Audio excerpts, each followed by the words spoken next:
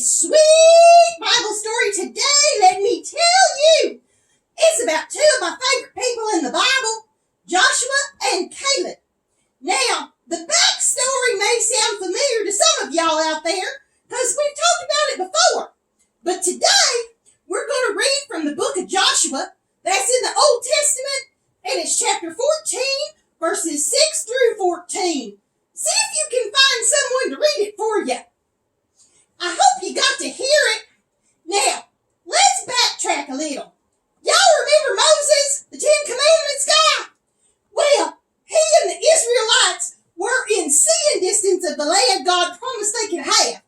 God told Moses to send some guys on up ahead and see what was in this promised land and come back and give a report.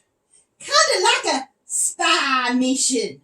So, 12 guys went and looked at the land, and you guessed it, two of the guys were Joshua and Caleb.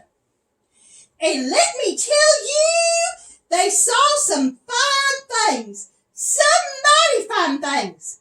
I mean, they saw grapes that were so big they had to carry the bunches on poles. No little plastic bags like at the grocery. We're talking humongous bunches of grapes carried on a pole. Well, anyway, when the men got back to give their report, they talked about how nice everything was there, except they also talked about the people who were living there. They said the people there were so big and strong, it made them feel like grasshoppers. And where they lived was like a fort. So that made the people afraid. But that's not how Joshua and Caleb saw things. They agreed that the people were big and strong and all that other stuff. But they said they could go into the land because God would help them. God was on their side. Joshua and Caleb told the people to have courage.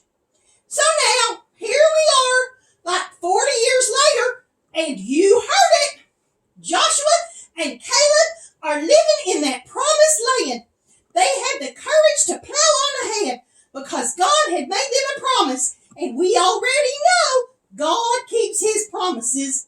God had promised them land, and God delivered.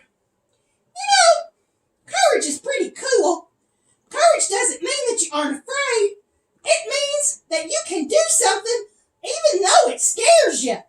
Because we have hope in God, we can have courage too. When we are afraid, God can help us have courage to get through it.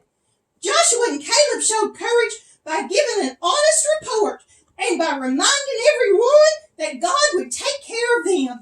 And God did just that. I like that story. I especially like that there were huge grapes there. I sure wish I had some of those grapes right now. Oh well, guess I'll eat some worms again.